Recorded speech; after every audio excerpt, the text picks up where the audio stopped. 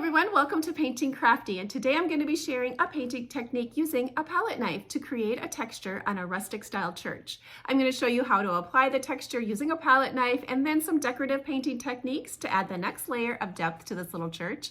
And then at the end, I'm going to throw in a few mixed media ideas to even take this little painting one step farther. Today I'm a part of a collaboration called Rustic Wednesday, but on Saturday there's two hosts. We have Dawn with Shabby Meets Bling and Shelly with Repurpose My Way. Now you're going to find the links to their channels inside of the description box, as well as a playlist for all of the other creators who are collaborating on today's event. Definitely take some time, check out those channels, and click that playlist. I'm sure you're going to be inspired to have some rustic ideas for your home. Well, let's get started. I'm so looking forward to encouraging you to try using a palette knife if you haven't before, and maybe you'll learn something new just by watching. Well, let's get started.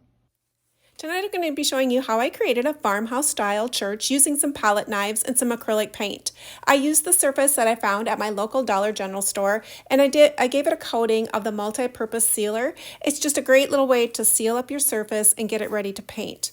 I'm going to be starting with 4 different colors: the Spa Blue, Thicket, Buttercream, Light Buttermilk, and Snow White to create the background. I start with a slip slap technique back and forth. This is going to be a very irregular colors underneath right away.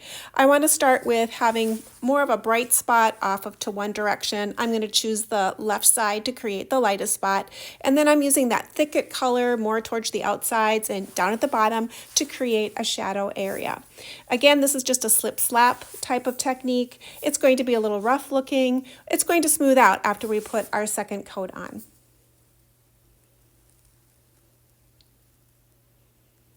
I'm just using a soft, simple brush, a flat edge brush, and just using it. The bristles are fairly soft, so it does help make this process a little bit smoother. I do use a little bit of misting spray water on my next layer to kind of help blend my paint colors.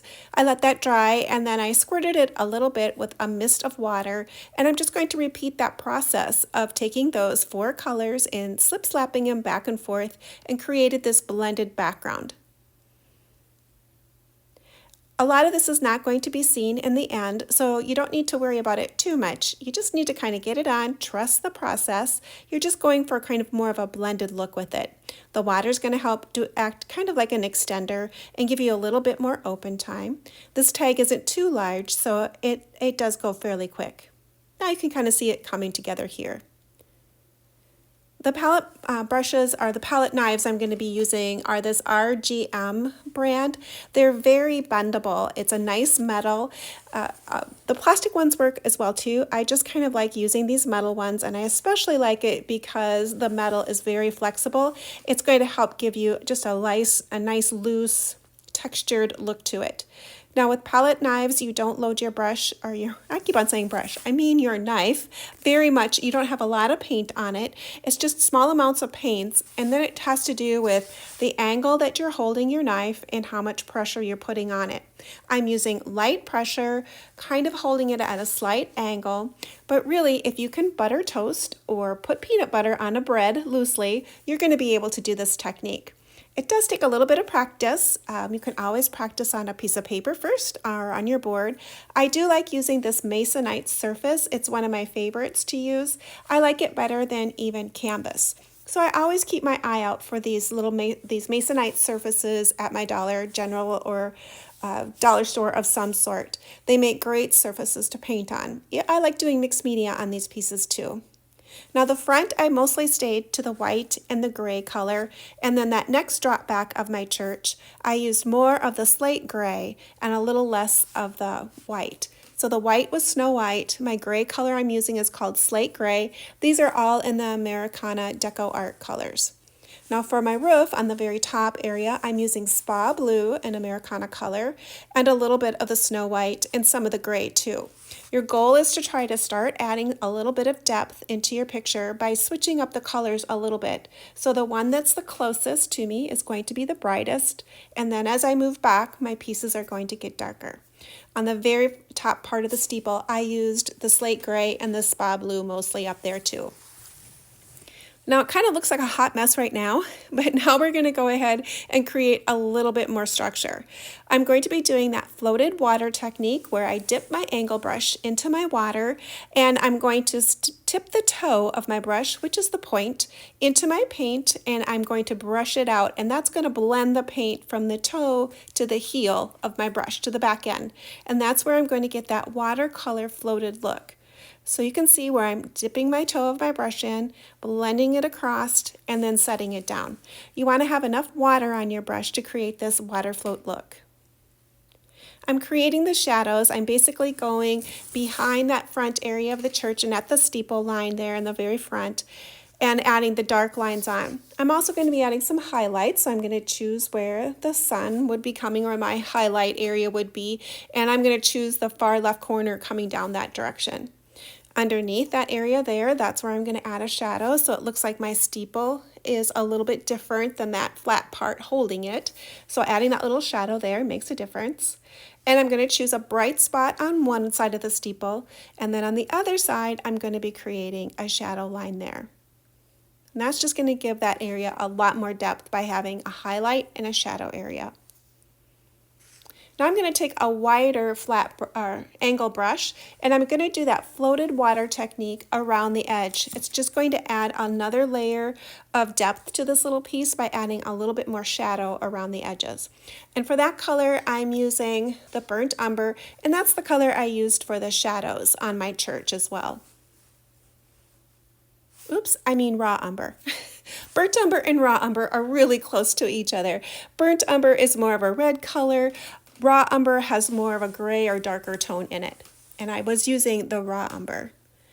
Now I'm going to go ahead and create this little simple door. For those who are a part of my Ko-fi membership, that's where I have all the line drawings for my tutorials that I do on Tuesdays on my channel for the draw-alongs. They get the tracers for any of the projects that I do for there. The link will be inside of the description box where you can go ahead and click on it. Check it out if you're interested. I know not everyone likes to draw and would like to have a little help with drawing, so the line drawings work perfect for that. It's really easy to join, very inexpensive, and I really do appreciate all those who have joined the membership. It really does support my channel, and I appreciate you doing so. So that's where you can go ahead and find the line drawing for this simple little country style church. Farmhouse church, maybe, I guess is what you might call it. On this step, I'm going to go ahead and create more of a front line on my church. I'm using, again, some of that raw umber, and I'm just creating a front wooden piece of that church just to add a little bit more structure. And I'm taking a little bit of the buttermilk color, the light buttermilk color, and just creating a window, a simple window on each side. I'm coming back in with my palette knife and adding a little bit more texture and carving out the shape that I really want for underneath there. So even though I put it on loosely with a brush, you can go back in your palette knife and carve out any extra shapes you want or add even more texture. And that's what I'm doing here. I'm going to do the same thing with my windows. I'm putting a highlight on the one side, just using my palette knife. So the palette knife can work like a carving tool, or it can function like a paintbrush too. Now I'm coming back in with my angle brush and adding a little bit more color. It's a dance in between of using the palette knife and my brush. It creates a great look when you do all of the above. I'm kind of doing a little bit of color wash over my colors, just watered down paint to soften some of those background colors and tone down my whites a little bit. I'm looking for that farmhouse look, that rustic church look, so I want to have some bright whites, but I do want to tone those colors down.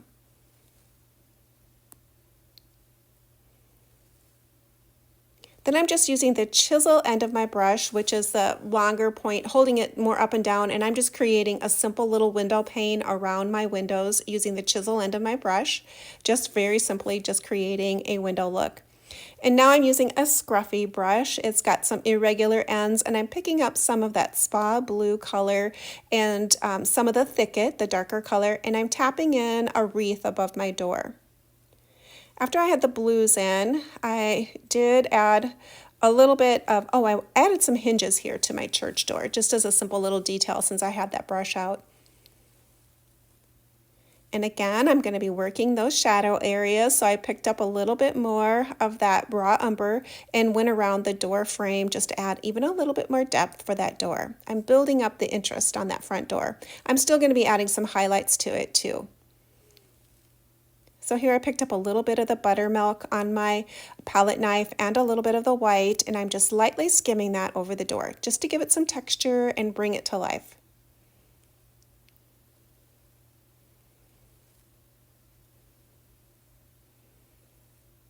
Now to brighten that wreath up, I wanted a brighter green, so I chose Hauser's light green. It doesn't really matter what shade of green you use. I'm going to be doing some evergreen treatments on here, so basically you want to have a light green, a medium green, and a dark green for this procedure. And here I watered down some of the raw umber, and I'm just brushing in with a really thin brush, a liner-ish style brush, some boughs for the pine tree, the pine boughs that I want to add in. So these are just helping me establish where I want to add some of the greens. Now I'm adding some water to my darkest shade of green that I'm using, and I'm going to be stroking my little brush. And if you kind of think of a motion of a water fountain, so the boughs or the pines on there are going to be coming out from the inside, and that's just going to help establish it. When you do your stroking, you want to do some on the left, some on the right. You want them to be irregular though on each side and not matchy, and that's just going to help create more of a looser bough look to it. So I start out with my dark, go in with my medium, lay in the lightest color very last. And then to add just a little bit of unexpected color, I come in with a liner brush, which is a really thin, fine liner brush, and I'm using some more of that spa blue, watering it down and coming in with a really fine, wispy look to my evergreens on the very top, and that's just going to add that loose quality to it. I'm going to add a little bit of sparkle to my evergreens. They're quick little motions, not even on each side. Here I'm watering down some paint, and I'm going to be using a splatter tool. The Ranger tools and the Tim Holtz areas, they have these little splatter brushes. They work great. You just water down your white paint, go in and tap it in there, and then go ahead and flick it, and you'll get a great snow look. Here I'm coming in and just re-establishing even more snow on my roof, so I want to do that with my palette knife. So I put some on the edge of my palette knife and then scoot and pull that down. That's going to help create a really nice looking snow look. Go in and water down some more paint, and then you can flick that little brush way too much that time. I can come back in though with my paper towel and dab it. Go straight up and down. It's probably best if you do flick it off to the side first to see how much you have in there before you use it over top of your item. Go ahead and flick it, but it works great as a nice splatter tool.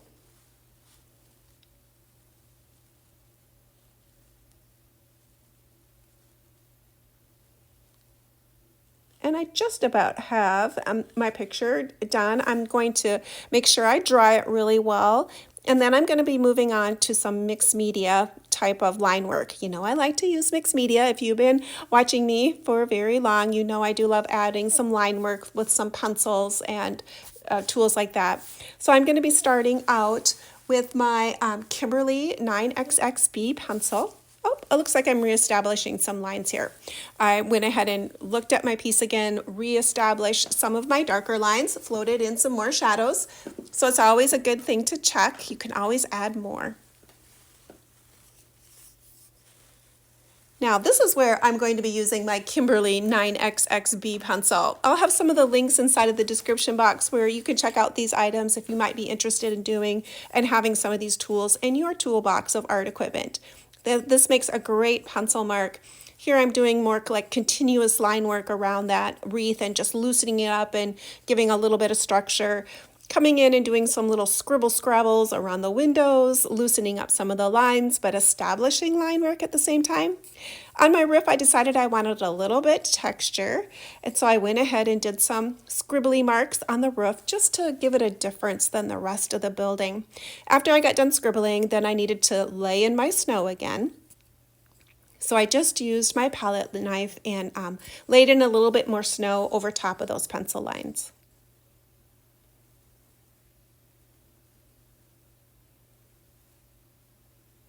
just pulling that snow down towards me. It works great.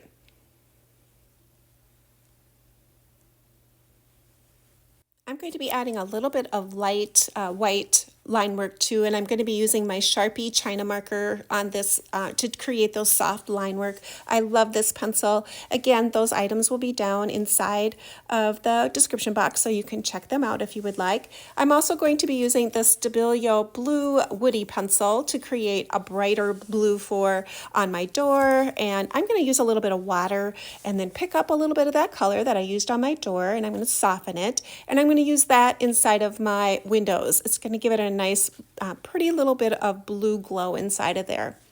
I'm going to add some of it up to the pines as well, just to finish those off. It's a great look. To add a little bit of a dark edge to my piece, I'm going to be using some crayons, which are an oil pastel and a black color. The crayons are great for adding just a really dark, rich quality to a piece. I love using it just by rubbing it on the edge, and it creates a beautiful edge. Now you could do this with ink as well, but I do enjoy using these a little bit of oil pastels on this piece. I wanted to take a little bit of time to thank our hosts today, Dawn and Shelly, for hosting today's collaboration. Definitely check out their channels inside of the description box, as well as click that playlist so you can see all of the other videos in today's Rustic collaboration. Since this piece is a winter piece, I thought it could benefit by adding just a little bit of glitter to this piece. I like using the Deco Art Craft Twinkles product. The glitter is suspended in glue, which you know I kind of like. I love glitter, but I don't really like the mess, so having it suspended in glue works perfect. And this little glitter is ground finely and it sparkles beautifully. So I'm definitely going to be adding some on the snow, a little bit on the boughs, just to add that little bit of holiday glimmer to this little country church. Well, let's take a final look at this piece when it's all dry and what it looks like displayed on my shelf. If you're new to my channel and you like doing art and crafts, come on over and see what I'm doing. I'd love to have more creative friends join me. Give me a thumbs up if you might be encouraged to try using a palette knife or maybe some even mixed media looks for your next acrylic painting. Thanks so much for hanging out with me today, and hopefully you'll come back and see me again, and next time you'll create right along with me.